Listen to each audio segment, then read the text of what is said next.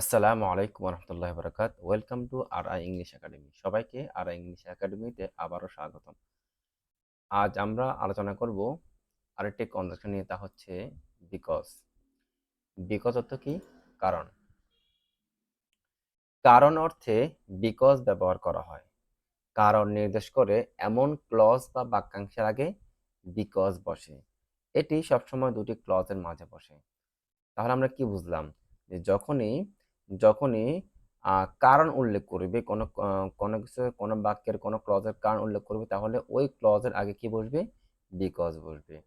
দেখো, the publication of it is not an easy task. বলতেছে এটির প্রকাশনটি সহজ কাজ নয়। এটির প্রকাশন সহজ কাজ নয়। তাহলে এই যে বললো যে প্রকাশন, কোনো কিছু প্রকাশ করা সহজ কাজ নয়, কেন সহজ কাজ নয়? তাহলে এই ক্লজটি কি করবে? একটি কারণ প্রকাশ করবে। তাহলে এই যে বাকি ক্লজটি আছে, এই ক্লজটি কি? কারণসূচক একটি ক্লজ। তাহলে এই কারণে এই ক্লজের শুরুতে কি আসছে? বিকজ আসছে। তো বলতেছে বিকজ, কারণ, it needs time, energy and money. এর কিসের প্রয়োজন? এর সময়ের প্রয়োজন, শক্তির প্রয়োজন এবং অর্থের প্রয়োজন। তাহলে আমরা দেখলাম যে এই ক্লজটির একটি কারণ উল্লেখ করছে কি? পরবর্তী ক্লজটি। আর ক্লজ কিভাবে দেখো তো? আমরা জানি একটা ক্লজের জন্য শর্ত কি? একটা সাবজেক্ট এবং ফাইনাল ভার্ব। দেখো এখানে সাবজেক্ট কি? দ্য পাবলিকেশন অফ ইট হচ্ছে কি? সাবজেক্ট। আর ইজ কি বলতো? Final verb. আর পরবর্তী ক্লজে ইট কি? সাবজেক্ট। আর নিডস কি? Final verb. আরেকটি উদাহরণ আমরা খেয়াল করি। It is our pride.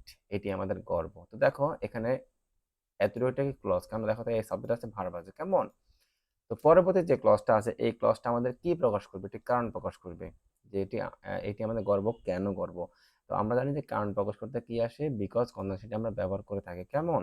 তো দেখো তো কেন গর্ব বলতেছে? বিকজ, কারণ নো নেশন, কোনো জাতি, অফ দ্য ওয়ার্ল্ড, বিশ্বের কোনো জাতি নেই, হ্যাজ ইবার ফট, যারা কি করেছে?